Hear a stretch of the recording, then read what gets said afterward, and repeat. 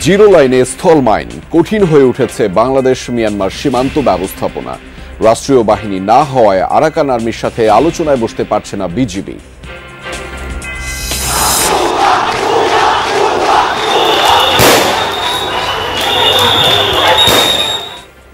বাংলা ব্লকেডের মধ্য দিয়ে নতুন মাত্রা পায় ২৪-এর কোটা আন্দোলন।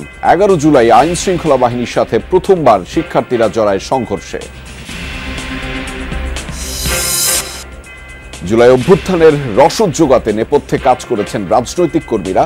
ছাত্রদলের বহু কর্মীর আত্মত্যাগে আসে রক্তে ভেজা সাফল্য। আমাদের দুজন ভাই শাহাদাত বরণ করেন, এর মধ্যে একজনের মাথার খুলি উড়ে যায়। তো তার 2 থেকে 3 মিনিটের মধ্যে আমি নিজেও গুলিবিদ্ধ হই। প্রতিবারই সেম পজিশনে সেম ভাবেই আমি আগাইছি, আমার পিছনে অনেকে আগাইছে। কেউই জানতো না যে আমি এখান থেকে বেঁচে ফিরবো কিনা।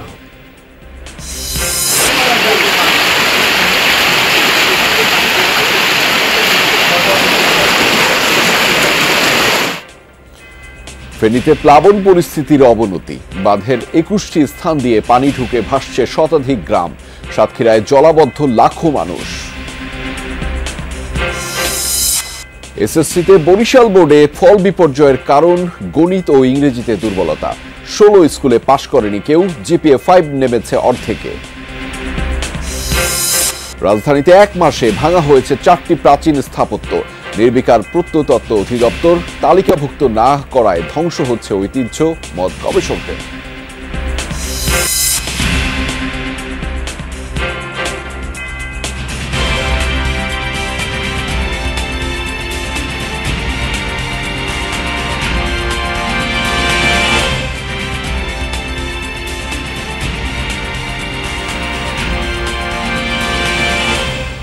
দর্শক, আমন্ত্রণ যমুনা নিউজে আপনাদের সঙ্গে আছি আমি আহমেদ রেজা। এতক্ষণ শিরোনাম দেখছিলেন, এবার জানাচ্ছি বিস্তারিত। দিন দিন কঠিন হয়ে উঠছে বাংলাদেশ মিয়ানমার সীমান্ত ব্যবস্থাপনা। বিশেষ করে রাখাইনে আরাকান আর্মির উত্থানের পর জিরো লাইনে স্থল মাইন পেতে রাখার মতো ঘটনাও বাড়াচ্ছে উদ্বেগ। সাথে সীমান্তের ওপারে সংঘাত সংঘর্ষের প্রভাব তো রয়েছেই। রাষ্ট্রীয় বাহিনী না হওয়ায় বর্ডার গার্ড বাংলাদেশ, বিজিবিরও আরাকান আর্মির সাথে আনুষ্ঠানিক আলোচনার কোনো সুযোগ নেই। সীমান্ত ঘুরে এসে সহকর্মী মাহফুজ মিশু জানাচ্ছেন বিস্তারিত। সাথে ছিলেন সহকর্মী এহসান আল কুতুবী ও মাহফুজ মিঠু। বান্দরবানের নাইখাংছড়ির তুমরু সীমান্ত ২৬ জুনের ঘটনা। জিরো লাইনের আশেপাশেই গরু চড়াচ্ছিলেন ইউনুস। হঠাৎ স্থল মাইন বিস্ফোরণ, সাথে সাথে উড়ে যায় তার একটি পা। এর 2 দিন আগে 24 জুনও স্থল মাইন বিস্ফোরণে পা হারান আরেকজন। স্থানীয়দের দাবি, গত 6 মাসে 50টির মতো মাইন বিস্ফোরণের ঘটনা ঘটেছে বাংলাদেশ মিয়ানমার সীমান্তে। আন্তর্জাতিক বিধি অনুযায়ী মাইন স্থাপন করলে অপরপক্ষকে আনুষ্ঠানিকভাবে জানানো বাধ্যতামূলক। নন স্টেট আরাকান আর্মি অবশ্য এর ধারই ধারে না। এসব ঘটনায় চরম আতঙ্কে স্থানীয় বাসিন্দারা। কারাতার পাশে মাইন বসায় রাখছে, শিয়াল, কুকুর, এমনি মানুষগুলো পরে যায়। মাইনতে ফুটে সব সময় ফুটে, লোক গেছে গেলে মান তোর ফুটে গেছে। প্রতিবেশী মিয়ানমারের সাথে বাংলাদেশের স্থলসীমা 271 কিলোমিটার। দেশের দক্ষিণ পূর্ব অঞ্চলের বান্দরবান ও কক্সবাজার জেলার সাথে লাগোয়া মিয়ানমারের রাখাইন রাজ্য। দীর্ঘ সংঘাতের পর বছরখানেক ধরে রাখাইনের প্রায় পুরোটা নিয়ন্ত্রণ নিয়েছে বিদ্রোহী আরাকান আর্মি। ফলে বাংলাদেশ সীমান্তে নেই দেশটির রাষ্ট্রীয় সীমান্তরক্ষী বর্ডার গার্ড পুলিশ। আমার ঠিক পেছনেই বাংলাদেশ মিয়ানমার ফ্রেন্ডশিপ ব্রিজ। এরপরে যে লাল দরজাটি দেখা যাচ্ছে সেটি এখন আরাকান আর্মির চেকপোস্ট। আগে যেটি ছিল দেশটির যে রাষ্ট্রীয় সীমান্তরক্ষী বাহিনী বর্ডার গার্ড পুলিশের বিওপি। সীমান্তের ওপাশে রাখাইনে এখনো চলে সংঘাত, আক্রমণ পাল্টা আক্রমণ। দেশটির অভ্যন্তরে এসব যুদ্ধে ভুগতে হচ্ছে এপারের বাংলাদেশের মানুষকেও। অনেক সময় গুলিও এসে পড়ে বাংলাদেশিদের বাড়িঘরে। আমার নিজের বাড়িতেও বুলেট এসে পড়ছে, বাড়ির টিন ছিদ্র হয়ে গেছে। তখন রাত 12টা বা 12:30টার দিকে বুম ফুটে, এখানে মানে গুলির আওয়াজ শোনা যায়।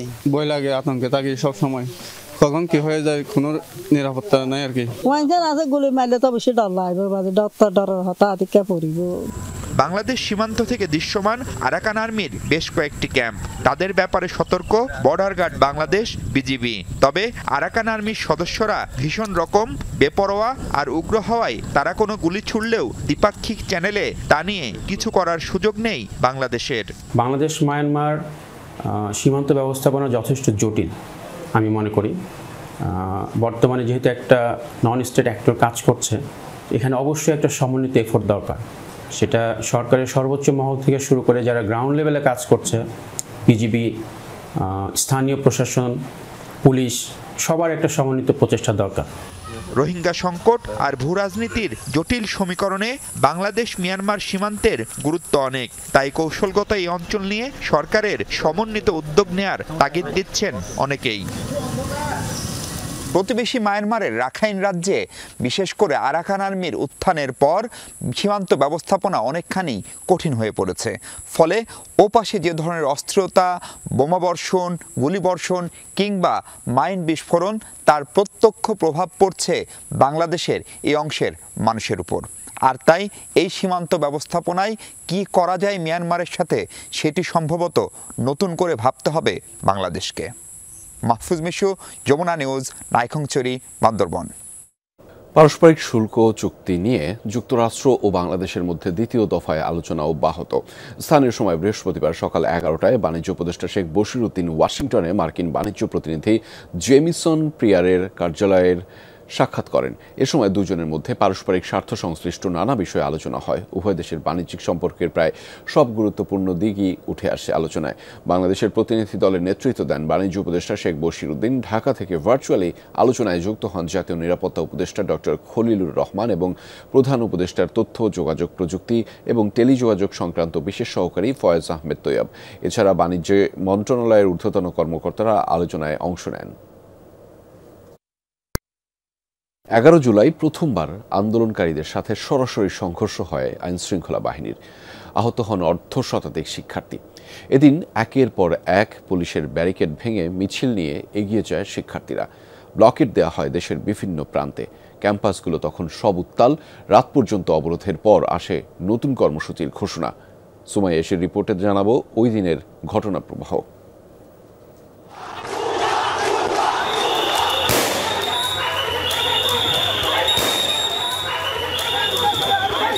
কোটা সংস্কার আন্দোলন ততদিনে ছড়িয়েছে সারা দেশে। 11 জুলাই বিকেলে সবার দৃষ্টি আটকে যায় কুমিল্লা বিশ্ববিদ্যালয়ের এই সংঘর্ষে। এদিন শিক্ষার্থীরা ঢাকা চট্টগ্রাম মহাসড়ক অবরোধ করতে গেলে পুলিশের সঙ্গে হয় বাকবিতণ্ডা। ঘটনা গড়ায় ধাওয়া পাল্টা ধাওয়ায়। ফাঁকা গুলি, টিয়ার শেল আর লাঠিচার্জে এদিন আহত হয় অর্ধশতাধিক শিক্ষার্থী। এটিই ছিল 2024-এর কোটা আন্দোলনে প্রথম পুলিশ শিক্ষার্থীর মুখোমুখি সংঘর্ষ। কেমন ছিল সেদিনটা? বিগত সরকারের প্রতি যে ক্ষোভ ছিল, সেখানে সব দলমত নির্বিশেষে সবাই একসাথে আন্দোলনটা করেছে। তাদের একটা লক্ষ্য ছিল যে এই যে 50 থেকে 100 জন আছে তাদেরকে যদি কোনোভাবে পিটিয়ে রাস্তা থেকে সরিয়ে দেওয়া যায়, তাহলে কুমিল্লার আন্দোলন মোটামুটি স্তব্ধ হয়ে যাবে। কুমিল্লার এই ক্ষোভ ছড়িয়ে পড়ে অন্যান্য ক্যাম্পাসেও। দুপুর থেকেই বিভিন্ন হল ও বিভাগের মিছিল নিয়ে কেন্দ্রীয় গ্রন্থাগারের সামনে জড়ো হতে থাকে ঢাকা বিশ্ববিদ্যালয়ের শিক্ষার্থীরা। অন্যদিকে মধুর ক্যান্টিনের সামনে একত্রিত হয় ছাত্রলীগের নেতাকর্মীরাও।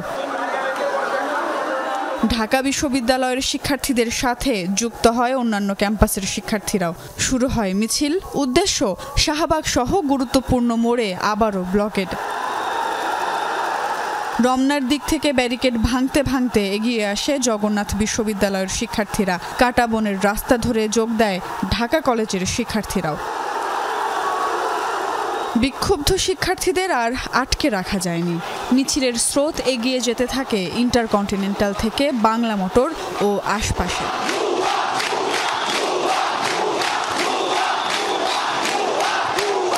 ততক্ষণে রাজু ভাস্কর্যের সামনে অবস্থান নিয়েছে ছাত্রলীগ। এদিন আন্দোলনকারীদের ওপর ক্ষোভ উগরে দিয়েছিলেন তখনকার শীর্ষস্থানীয় মন্ত্রীরাও। একটা লিমিট বোধহয় থাকে, তারা বোধহয় এগুলি ক্রস করে যাচ্ছে। অস্থিতিশীলতা সৃষ্টি করতে চায়, তাহলে সরকারকে অবশ্যই আইন অনুযায়ী ব্যবস্থা নিতে হবে। রাত পর্যন্ত শাহবাগ ব্লকেড শেষে পরদিন শাহবাগে সমাবেশের ডাক দিয়ে রাজপথ ছাড়ে শিক্ষার্থীরা। প্রতিটি রাজপথে, প্রতিটি রেল লাইনে শিক্ষার্থীরা বাংলা ব্লকেড কর্মসূচি অব্যাহত রাখবে। সুমাইয়া ঐশী, যমুনা নিউজ, ঢাকা। জুলাই অভ্যুত্থানে ছাত্র জনতাকে সাহসী পথে নামানোর নেপথ্যে ছিলেন রাজনৈতিক কর্মীরাও। বুক পেতে রুখে দাঁড়িয়ে কিংবা গেরিলার মতো লড়তে লড়তে বহুজন গুলিবিদ্ধ হয়ে হতাহতের শিকার। আবার শুধু ছাত্রদল কর্মী বলেই কোটা আন্দোলনের শুরু থেকেই শেষ অবধি গুম ছিলেন একজন। এমন নানা আত্মত্যাগ আর বিরচিত গল্প দিয়েছিল রক্তে ভেজা সাফল্য। ছাত্রদলের এমন কিছু সাহসী জুলাই যোদ্ধার অভিজ্ঞতার কথা শোনাচ্ছেন সহকর্মী সাইফুদ্দিন রবিন। তখন সবেমাত্র কোটা আন্দোলন দানা বাঁধতে শুরু করেছে। আমি আমার সন্তান আমার বুকে ফেরত চাই। 12 জুলাই নয়াপল্টনে বিএনপির কেন্দ্রীয় কার্যালয়ে সংবাদ সম্মেলন করে ঢাকা কলেজ ছাত্রদলের 1 নং সহসভাপতি আতিকুর রহমান রাসেলের সন্ধান চায় তার পরিবার ও সংগঠন। কোটা আন্দোলনের শুরুর দিকেই 1 জুলাই রাজধানীর আজিমপুর থেকে গুমের শিকার হন রাসেল। দলীয় নেতাদের সঙ্গে যোগাযোগ, আন্দোলনে অর্থ যোগানের মতো নানান তথ্য চেয়ে অন্ধকার প্রকোষ্ঠে আইন শৃঙ্খলা রক্ষাকারী বাহিনীর বিরুদ্ধে নির্যাতনের অভিযোগ রাসেলের। আমাকে বলতো যে তুই কার সাথে মিশোস, কার কাছে যাস, তোর আন্দোলনের তোদের টাকা কোথায় থেকে আসে, কিভাবে বন্টন হয়, তোরা আসলে বেসিক্যালি আন্দোলনটা তোদের মেনটেন্যান্সটা কে করে, কোথা থেকে আসে আন্দোলনের শখটা তোদের। 5 আগস্ট শেখ হাসিনার পতনের একদিন পর পূর্বাচল ঘেঁষা কাঞ্চন ব্রিজের কাছে ফেলে যাওয়া হয় ছাত্রদল নেতা রাসেলকে। মুক্ত পৃথিবীতেও মানসিক আর শারীরিক অসুস্থতা তাঁর সঙ্গে। 6 তারিখ অনেক রাতে আমাকে ওখান থেকে বের করে আরেকটা জায়গায় নিয়ে যায়। আমাকে গাড়ির মধ্যে বলে দেয় কারোর সাথে কোনো কথা বলবি না, 500 টাকা দিয়ে দিলাম, তোর মানি ব্যাগটা দিয়ে দিলাম, মোবাইল ফেরত দেওয়া হবে না। ওখানে নামার পরে তুই সরাসরি বাসায় চলে যাবি, পিছন থেকে গুলি করে দিবে, এনকাউন্টার করবে। এরকম আমার কাছে মনে হয়েছে। আমি অনেক ভয় পেয়ে যাই। আটকা উঠি, বলে যে শালা একদম গুলি করে দিব যদি পিছন দিকে তাকাস। বাংলাদেশের জনগণ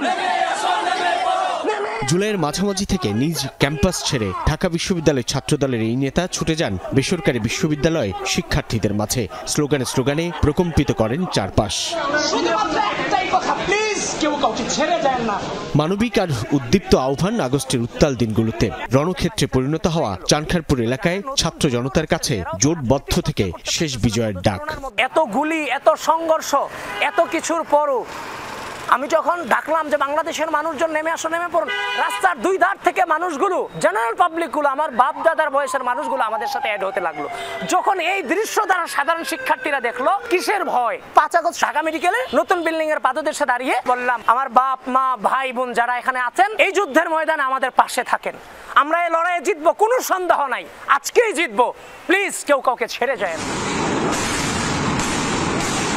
প্রচন্ড গোলাগুলির মধ্যে ছুটে যাওয়া ছেলেটি মুস্তাকিং আলম দীপু, উত্তাল মিরপুরে ঠিক যেন এক গেরিলা যোদ্ধা।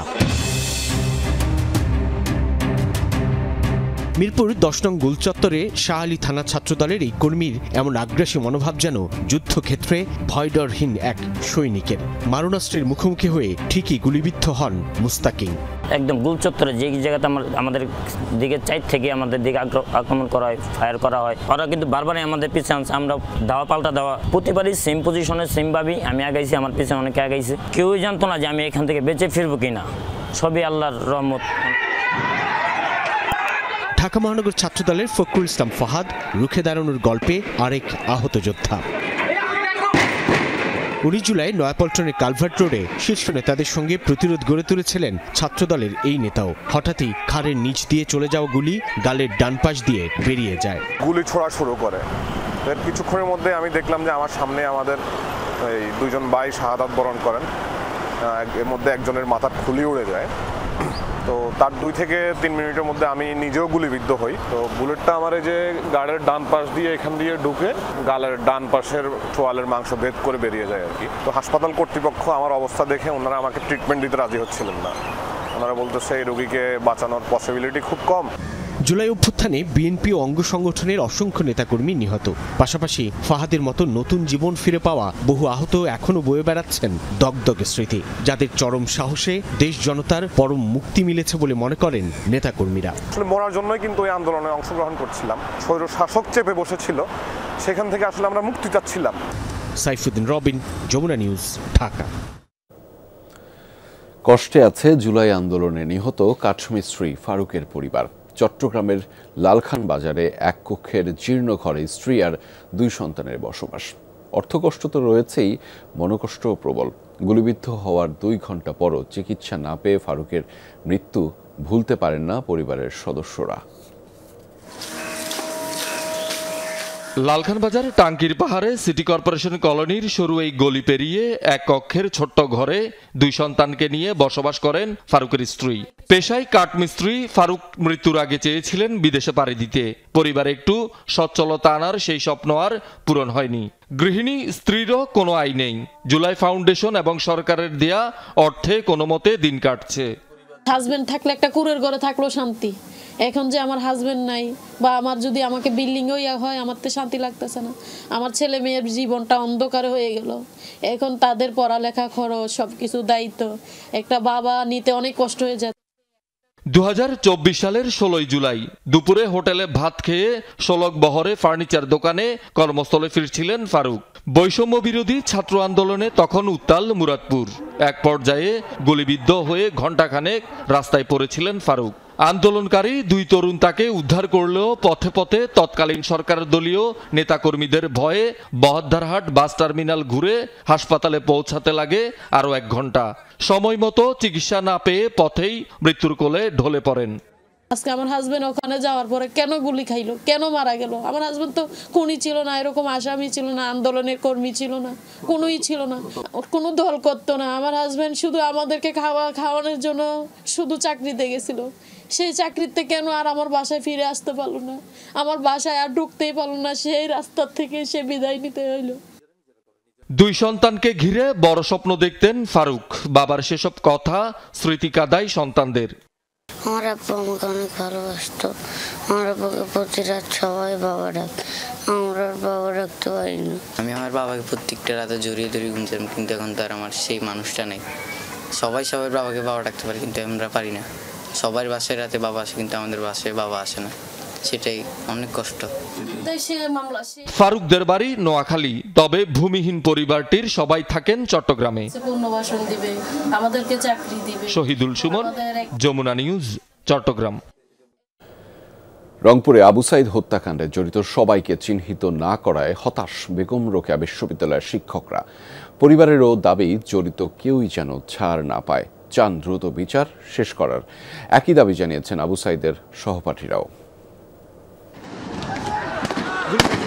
2024-এর 16 জুলাই আন্দোলন চলাকালে পুলিশের গুলিতে বুক পেতে মৃত্যুকে আলিঙ্গনের মাধ্যমে বৈষম্য বিরোধী ছাত্র আন্দোলনে নতুন মোড় এনেছিলেন রোকেয়া বিশ্ববিদ্যালয় শিক্ষার্থী আবু সাইদ। মৃত্যুর 11.5 মাসের মাথায় সাবেক ভিসি, প্রক্টর, পুলিশ কমিশনার, গুলি করা 2 পুলিশ সদস্য, ছাত্রলীগ নেতাসহ 30 জনের বিরুদ্ধে আনুষ্ঠানিকভাবে অভিযোগপত্র আমলে নেয় আন্তর্জাতিক অপরাধ ট্রাইব্যুনাল।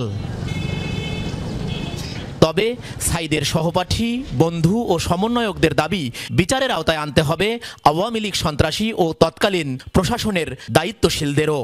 ছাত্রলীগ থেকে শুরু করে শিক্ষক কর্মকর্তা, প্রশাসনের যারা পুলিশি হত্যাকাণ্ডের সাথে জড়িত ছিল তাদের যেন অতি দ্রুত গ্রেপ্তারের করে সঠিক বিচার করা হয়, এটাই আমাদের চাওয়া থাকবে। বিশ্ববিদ্যালয়ের প্রশাসন এবং যারা সেই সময়ের ক্ষমতাসীন আওয়ামী লীগ, যুবলীগ এবং ছাত্রলীগের যারা এই হত্যাকাণ্ডের সাথে সম্পৃক্ততা, আমরা সকলের যথাযথ বিচার নিশ্চিতের দাবি জানাই।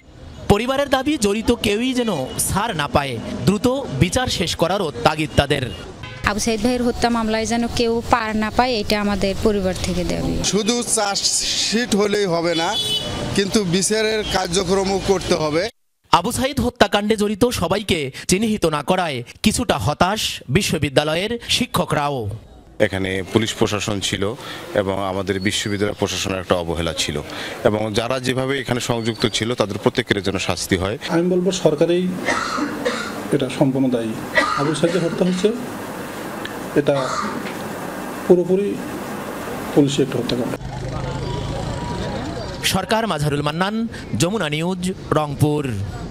মৌসুমী বায়ুর প্রভাবে দেশের বিভিন্ন জেলায় অব্যাহত রয়েছে বৃষ্টিপাত।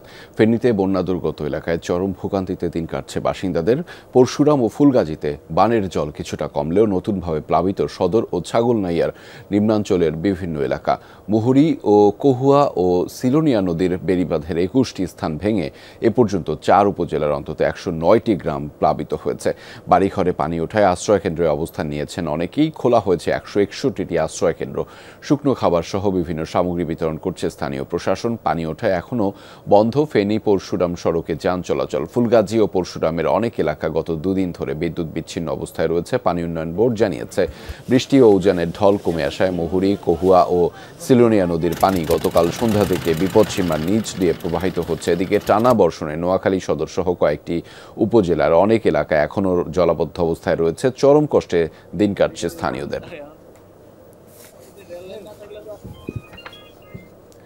টানা বৃষ্টিতে তলিয়ে গেছে সাতক্ষীরার নিম্নাঞ্চল। দুর্গত এসব অঞ্চলে সীমাহীন দুর্ভোগে লাখো মানুষ। অপরিকল্পিত মাছের ঘেরের বেড়িবাঁধ, পৌরসভায় ড্রেনেজ ব্যবস্থা না থাকা আর প্রশাসনের নিষ্ক্রিয়তাকে দায়ী করছেন সচেতন মহল। সাতক্ষীরা পৌরসভার ইটাগাছা পশ্চিম পাড়া। ঘর থেকে বের হতেই বিপাকে বৃদ্ধা আনোয়ারা ও ফজিলা বেগম। ভেলাই চড়ে চলছে চলাফেরা। অতি বৃষ্টিতে ডুবে গেছে এলাকা। চরম ভোগান্তিতে বাসিন্দারা। হেঁটি সমান পানি, তো কোন জায়গায় দাঁড়াবো, কোন জায়গায় রান্না করবো, কোন জায়গায় কি করবো। হাত পা চুলকাচ্ছে, আরো ঘর বাড়িতে রান্দি খাওয়ার মতন নেই, এরকম অবস্থা আমাদের। ঘরের মধ্যে ঢুকে পড়েছে পানি, নিষ্কাশনের ব্যবস্থা নেই। পানি নিষ্কাশনে বাধা মাছের ঘেরের বেড়িবাঁধ, বলছেন স্থানীয়রা। এই কারণ শুধু একটাই, এর সমস্ত কারণ হচ্ছে 4টি ঘেরানোর কারণে। দীর্ঘ প্রশাসনের টাকা দিয়ে তারা অবৈধভাবে ঘের করে। বাইপাসে মাটি ফেলে পানির অপসারণের জন্য যে রাস্তাটা ছিল সেটা আপাতত টোটালি বন্ধ। শহরের রাজারবাগান এলাকা পানিবন্দী, সেখানকার বাসিন্দারাও। ভুক্তভোগীরা বলছেন দিন দিন বাড়ছে পানি, দুর্ভোগ সীমাহীন। আমাদের হাঁটা চলার বাজার ঘাটের অসুবিধে, পানি তো আরো বৃদ্ধি হচ্ছে বেশি আমাদের এখানে। অনেক উঁচু উঁচু ভেড়ি বাঁধছে, যার কারণে পানি আর নদীতে যায় না। আমি রয়েছি সাতক্ষীরা পৌরসভার 3 নম্বর ওয়ার্ডে। শুধু 3 নম্বর ওয়ার্ড নয়, 9টি ওয়ার্ডের মধ্যে 7টি ওয়ার্ডের চিত্র একই। মানুষের দুর্ভোগের শেষ নেই। পানিতে ভাসছে সদর উপজেলার খাদ্য গুদাম, অফিস চত্বরেও পানি। ব্যাহত হচ্ছে সরকারি কার্যক্রম। মিলাররা চাল দিচ্ছে, সেটা আনলোডের সমস্যা হচ্ছে। তারপরে খুলনা থেকে যে বিদেশি চাল আসছে, সেটাও আনলোডের সমস্যা হচ্ছে। গড়ে মিলে একটা খুব খারাপ সময় যাচ্ছে। পানিবন্দী মানুষদের রক্ষায় প্রশাসনের উদ্যোগ নেই। জেলা প্রশাসকের ভূমিকা নিয়ে প্রশ্ন তুলেছেন নাগরিক কমিটির নেতারা। সাতক্ষীরার প্রশাসন জেগে ঘুম পড়েছে, যে কারণে আজকে সাতক্ষীরা পৌরবাসী এবং সাতক্ষীরা সদর উপজেলা হাজার হাজার মানুষ আজকে এই পানিবন্দী অবস্থায় পড়ে আছে। জলাবদ্ধতা এখানকার প্রধান সমস্যা। পানি নিষ্কাশনে ব্যবস্থা নিতে উপজেলা নির্বাহী কর্মকর্তাদের নির্দেশনা দেওয়া হয়েছে, বলছেন জেলা প্রশাসক। প্রত্যেক ইউনোকে আমরা নির্দেশনা দিয়েছি যে কোন কোন জায়গায় এরকম বৃষ্টির কারণে জলবায়ু সৃষ্টি হয়েছে এবং সেই জায়গা চিহ্নিত করে স্থানীয় জনগণ যারা আছে বা অধিবাসী তাদের সাথে আলোচনা করে যে পানিটা কোন দিক দিয়ে বের করা সম্ভব সেই ওয়ে আউটটা তারা বের করে দিবে। 4 দিনে জেলায় 206 মিলিমিটার বৃষ্টিপাত রেকর্ড করা হয়েছে। মাঠ জুড়ে থেমে থেমে বৃষ্টিপাত হবার সম্ভাবনা রয়েছে বলে জানিয়েছে আবহাওয়া অফিস। আকরামুল ইসলাম, যমুনা নিউজ, সাতক্ষীরা। মাধ্যমিকের ফলাফলে বিপর্যয় ঘটেছে বরিশাল শিক্ষা বোর্ডে। পাশের হার ও জিপিএ 5 প্রাপ্তির দিক থেকে দেশের 9টি সাধারণ শিক্ষা বোর্ডের মধ্যে সবচেয়ে তলানিতে বরিশাল বোর্ডের ফলাফল। যদিও এই ফলাফলকে বিপর্যয় হিসেবে দেখছেন না বোর্ড কর্তৃপক্ষ। তাদের দাবি, এবার মেধা অনুযায়ী রেজাল্ট পেয়েছে শিক্ষার্থীরা। শিক্ষক ও অভিভাবকরা বলছেন বিগত দিনের তুলনায় সঠিক মূল্যায়ন হয়েছে এবার। বরিশাল শিক্ষা বোর্ড থেকে চলতি বছর এসএসসি পরীক্ষায় অংশ নিয়েছিল ৮২,৯৩১ জন শিক্ষার্থী। তাদের মধ্যে উত্তীর্ণ ৪৬,৭৫৮ জন। গড় পাশের হার ৫৬.৩৮%, যা এই বোর্ডে গেল 1 দশকের মধ্যে সবচেয়ে কম। এতে সবগুলো বোর্ডের মধ্যে তলানিতে নেমেছে বরিশাল। আগে যেরকম হলে একটু সুযোগ সুবিধা পাইতো, আর খাতা দেখার এটাও ছিল একটু আলাদা। এবছরে যারা খাতা দেখেছে সেখান থেকেই বলা হয়েছে যে আপনারা শিক্ষার্থীর সংখ্যা নয় বরং শিক্ষার্থীর মানটা বের করেন। যারা পরিশ্রম করেছে তারাই এবার আমি মনে করি তাদের সফলতাটাই ওইভাবে হয়েছে। কমেছে জিপিএ 5-এর সংখ্যাও, পেয়েছে 3114 জন, যেখানে গত বছর 6145 জন শিক্ষার্থী জিপিএ 5 পেয়েছিল। শিক্ষকদের দাবি রাজনৈতিক অস্থিরতা সাথে উত্তরপত্র মূল্যায়নের ক্ষেত্রে বিশেষ কোনো নির্দেশনা না থাকার প্রভাব পড়েছে ফলাফলে। বিগত দিনে আমাদের শিক্ষকদের ভিতরে বা বোর্ড থেকে অনেক নির্দেশনা ছিল যাতে ছাত্রদের প্রতি একটা সহানুভূতিশীল আচরণ করার জন্য। এবছর আমরা দেখছি যে বোর্ড থেকে ওই রকম কোনো নির্দেশনা দেওয়া ছিল না। বিভিন্ন সময় বিভিন্নভাবে আমরা ফলাফল পেয়েছি। সারা দেশের ফলাফল একইভাবে যদি পিছিয়ে যায় তাহলে আমরা বলতে পারি যে বিগত সময়ের ফলাফল কিছুটা ফ্রি ছিল। যদিও বোর্ড চেয়ারম্যান বলছেন ভিন্ন কথা। তিনি জানালেন অন্তর্বর্তী সরকারের নির্দেশনা ছিল শিক্ষার মানের প্রকৃত চিত্র তুলে আনার। উত্তরপত্র মূল্যায়ন করা হয়েছে সেইভাবে। শিক্ষা মন্ত্রণালয় আমাদের বোর্ডের চেয়ারম্যানদের সাথে একাধিকবার বৈঠক করেছে। তারা একমত চাইছে প্রকৃত শিক্ষা আমরা কোন অবস্থা আছি সেটা দেখার জন্য। বোর্ড চেয়ারম্যান জানালেন শহরের চেয়ে গ্রাম অঞ্চলের শিক্ষা প্রতিষ্ঠানে ফলাফলে বিপর্যয় ঘটেছে। ইংরেজি ও গণিত বিষয়ে খারাপ করেছে শিক্ষার্থীরা, ফলে পাশের হারে নেতিবাচক প্রভাব পড়েছে। গ্রাম অঞ্চলে দেখা যায় আমার বেশিরভাগ বা দুইটা সাবজেক্ট একটু বেশি খারাপ হয়েছে, ইংরেজি এবং গণিত। এবং দেখা যায় পর্যালোচনা বিশ্লেষণ করে দেখছি গ্রাম অঞ্চলের যে কলেজগুলো না স্কুলগুলো আছে ওইখানে একটু খারাপ করেছে। এবছর বরিশাল শিক্ষা বোর্ডের অধীনে এসএসসি পরীক্ষায় অংশ নেয়া 16টি শিক্ষা প্রতিষ্ঠানের একজনও পাশ করেনি। কাউসার হোসেন, যমুনা নিউজ, বরিশাল। ঢাকা সিলেট মহাসড়কের ব্রাহ্মণবাড়িয়া অংশে প্রায় 34 কিলোমিটার জুড়ে দেখা দিয়েছে তীব্র যানজট। বৃহস্পতিবার রাত থেকে চরম ভোগান্তি পোহাচ্ছেন যাত্রীরা। আশুগঞ্জ গোল চত্বর থেকে সরাইল বিশ্ব রোড কুট্টাপাড়া মোড় হয়ে হবিগঞ্জের মাধবপুর পর্যন্ত ছড়িয়ে পড়েছে যানজট। হাইওয়ে পুলিশ জানিয়েছে 6 লেনের কাজ চলমান থাকায় সড়ক সরু অবস্থায় রয়েছে। এছাড়া আশুগঞ্জ ও বিশ্ব রোড মোড় এলাকায় রাস্তায় অসংখ্য খানাখন্দ বৃষ্টির কারণে যানবাহনে ধীরগতি রয়েছে। কোথাও কোথাও গর্তে গাড়ি আটকে যাওয়ায় বাড়ছে যানজটের ভোগান্তি। যান চলাচল স্বাভাবিক করতে সর্বোচ্চ চেষ্টা চলছে বলে জানিয়েছে হাইওয়ে পুলিশ।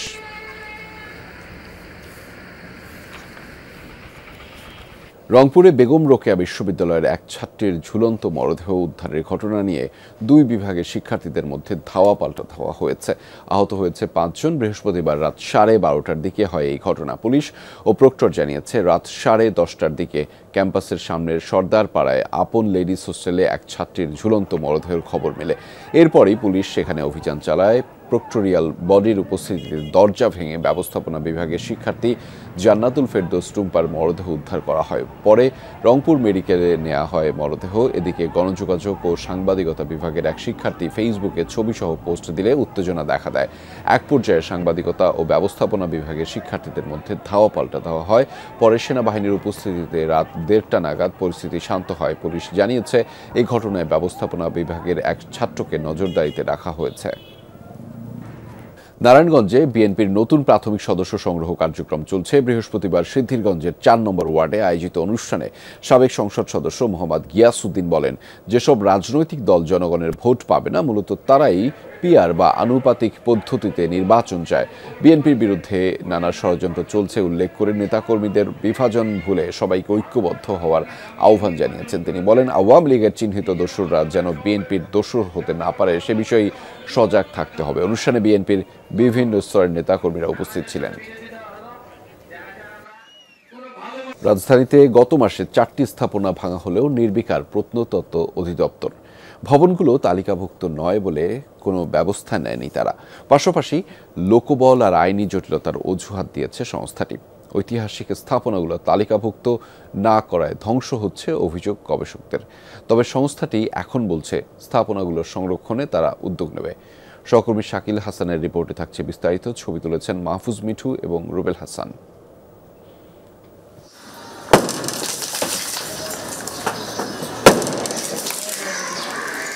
হাতুড়ির আঘাতে ভেঙে পড়ছে কালের সাক্ষী ভবনটি।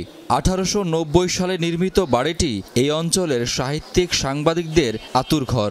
সওগাত পত্রিকার সম্পাদক মোহাম্মদ নাসির উদ্দিন, বেগম পত্রিকার সম্পাদক নূরজাহান বেগম, সাহিত্যিক রকুনুজ্জামান খান দাদাবাহের স্মৃতি বিজড়িত এই ভবন। এই ভবনে স্মৃতি জড়িয়ে আছে তৎকালীন পূর্ব বাংলার বেশিরভাগ সাহিত্যিকের। তারপরও এই ভবনটির কোনো ঐতিহাসিক গুরুত্ব পায়নি প্রত্নতত্ত্ব অধিদপ্তর।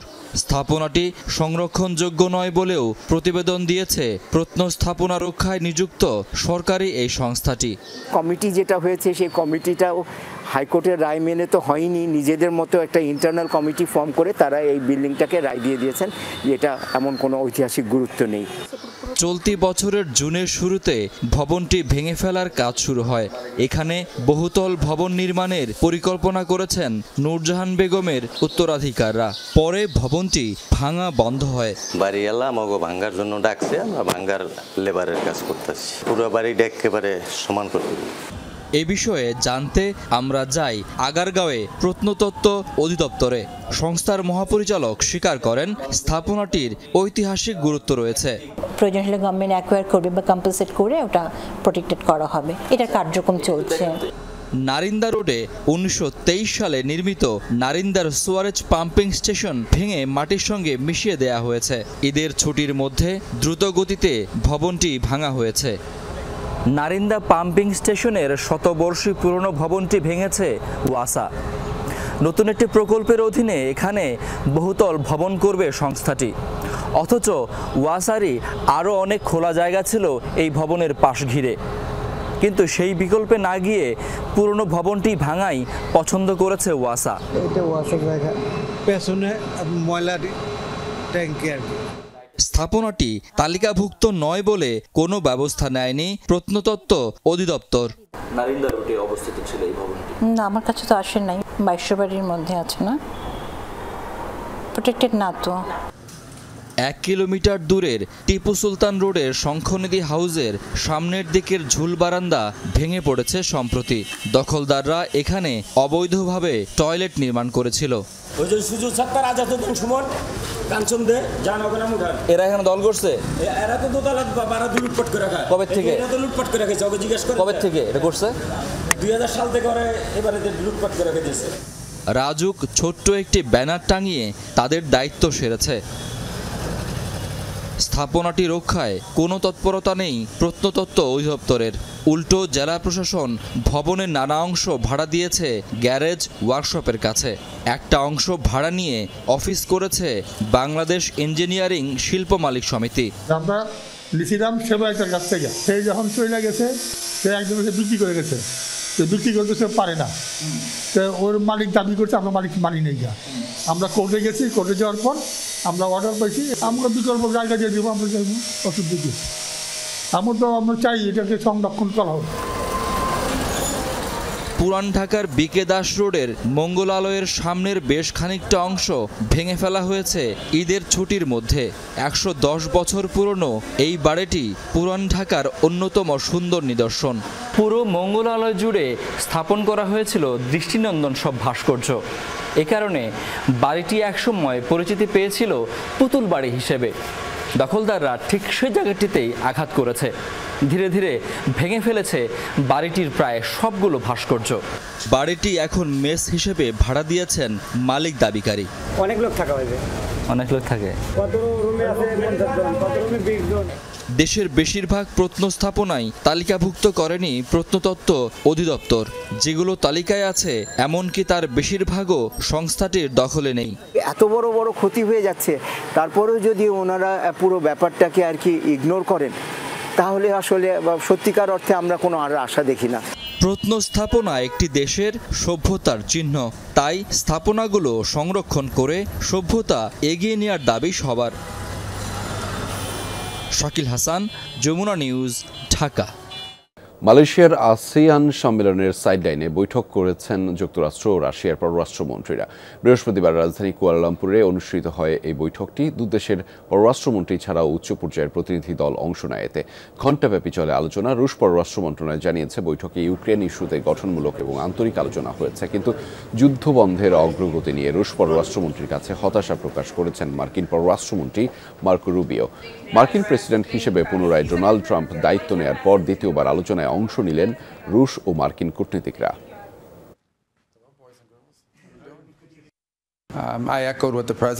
যখনই সুযোগ হবে আজকের মতো করে আলোচনায় অংশ নেব। শান্তি আলোচনায় অগ্রগতি না হওয়ায় মার্কিন প্রেসিডেন্ট যে হতাশা ব্যক্ত করেছেন সেটি তুলে ধরেছি। সংঘাতের অবসান ঘটাতে রাশিয়া যথেষ্ট নমনীয় না হওয়ায় তিনি হতাশ, তবে আলোচনা চালিয়ে যাব। ইসরায়েলি প্রধানমন্ত্রী বেনিয়ামিন নেতানিয়াহুকে অযোগ্য ঘোষণার দাবিতে সুপ্রিম কোর্টে পিটিশন দাখিল করেছে একটি বেসরকারি সংস্থা। ডেমোক্রেটিক ফরট্রেস নামের ওই সংস্থার অভিযোগ, রাজনৈতিক স্বার্থ হাসিলের ক্ষমতার অপব্যবহার করছেন প্রধানমন্ত্রী। অবশ্য এ বিষয়ে এখনও কোনো মন্তব্য করেনি সরকার প্রধানের দফতর। নানা বিতর্কিত কর্মকাণ্ডে ইসরায়েলি প্রধানমন্ত্রী বেনিয়ামিন নেতানিয়াহু নিজ দেশের নাগরিকদের রোষানলে পড়ার ঘটনা নতুন নয়। এবার ইসরায়েলের একটি বেসরকারি সংস্থা নেতানিয়াহুকে প্রধানমন্ত্রী হিসেবে অযোগ্য ঘোষণার দাবিতে পিটিশন দাখিল করেছে দেশটির সুপ্রিম কোর্টে। ডেমোক্রেটিক ফোর্ট্রেস নামক একটি বেসরকারি সংস্থা এই আবেদন জানিয়েছে। প্রধানমন্ত্রীর বিরুদ্ধে রাজনৈতিক লক্ষ্য পূরণে অবৈধভাবে ক্ষমতা প্রয়োগের অভিযোগ আনা হয়েছে। ইসরায়েলি পত্রিকা মারিভের প্রতিবেদন অনুযায়ী দেশটির প্রতিরক্ষামূলক গণতন্ত্র ব্যবস্থাপনার নিয়ম ভঙ্গের জেরে নেতানিয়াহুকে অযোগ্য ঘোষণা করতেই এই পিটিশন। ডেমোক্রেটিক ফোর্ট্রেসের পিটিশনে বলা হয়েছে, ইসরায়েলি প্রধানমন্ত্রী তার নির্বাহী ক্ষমতার অপব্যবহারের মাধ্যমে নিরাপত্তা সংস্থা শিন বেইত প্রধান রোনেন বারকে অপসারণ করেছেন। একইভাবে অ্যাটর্নি জেনারেল গালি বাহারাফ মিয়ারাকেও পদচ্যুত করার চেষ্টা করা হচ্ছে। সুপ্রিম কোর্টের ক্ষমতা সীমিত করার আইন পাশে নেতানিয়াহুর তোড়জোড়েরও ব্যাপক সমালোচনা করেছে ডেমোক্রেটিক ফোর্ট্রেস। এদিকে দিন দিন সরকার বিরোধী আন্দোলনে উত্তপ্ত হয়ে উঠছে ইসরায়েল। হামাসের হাতে জিম্মি ইসরায়েলি নাগরিকদের মুক্তির দাবিতে রাজপথও এখন আন্দোলনকারীদের দখলে। গাজায় যুদ্ধবন্ধের পরিবর্তে আরও আগ্রাসী অভিযান পরিচালনাকে বেনিয়ামিন নেতানিয়াহুর ব্যক্তি স্বার্থ বলছে বিক্ষুব্ধ জনতা। আলটিমেটাম দেয়া হচ্ছে দ্রুত ক্ষমতা ছাড়া। তাসরিয়ান সোবহান, যমুনা নিউজ।